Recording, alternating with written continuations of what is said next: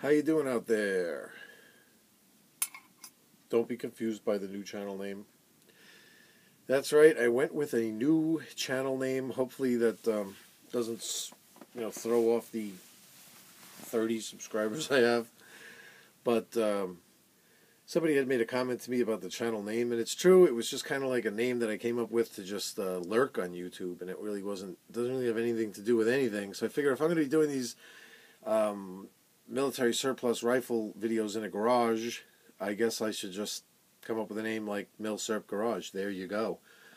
Makes a little bit more sense to me, but like I said, I hope people aren't like the 30 subscribers that I have be like, well, who the hell is that guy? I never subscribed to that. Bink, gone. I mean, I hope not, but whatever. It just seemed that it just made more sense.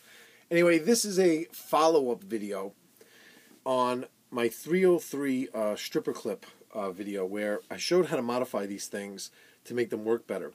And I didn't really get to put in much trial back then last summer. I made the video and didn't really do a lot of 303 shooting. I noticed that they definitely felt like they fed better that way, which is why I made the video. But I really didn't realize until this spring I got myself a new Enfield, a Mark I, a Lithgow. And I got a video coming up on the rifle, but you got to take it to the range and you got to make it yours, and you got to throw a lot of lead down range and get the feel for the thing and work it out, make sure that the rifle works good and everything's all right. You're always going to shoot your newest one more, And I realized how much of a difference this really makes because, I was doing like Mad Minute kind of stuff, and I realized these things are feeding as good as German Mauser stripper clips, and that's a bold statement.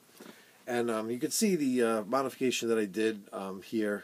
You could watch the video on it. It's on just sanding this out inside to make it shiny and smooth. Simple as that. I mean, whatever process you want to use. If you want to use a Dremel with a, I just you don't want to gouge it up too much. Really, you just want it to be very smooth and uniform. That's why I used just very, very fine sandpaper and a lot of time with each one to get it to look like this.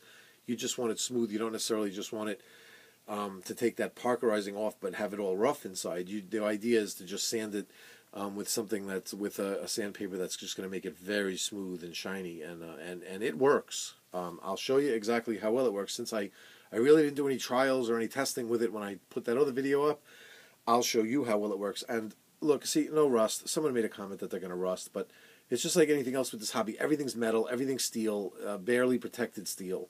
And, if you store them on your lawn, they're going to rust. If you, put a light coat of oil on them and you store them properly, you're not going to have any rust. You know what I mean? Now here's the stripper clips I'm going to use. They're not all doused in oil. They're dry. They're not, all dipped in motor oil or anything. And the magazine I'm going to use for this test is not a weak spring magazine either. This is a tight spring. This is just a regular tight spring 303 magazine. Nothing altered here either. I can imagine someone putting like a Bic pen spring in here and showing how well they go in. This is actually probably the stiffest one that I have, Now, here we go. I'll show you just loading 2 stripper clips. You tell me if this is the same as loading a Mauser. 1, 2, and that's fully loaded. And let me tell you, every single one works that way. It's not like these happen to be 2 loose ones.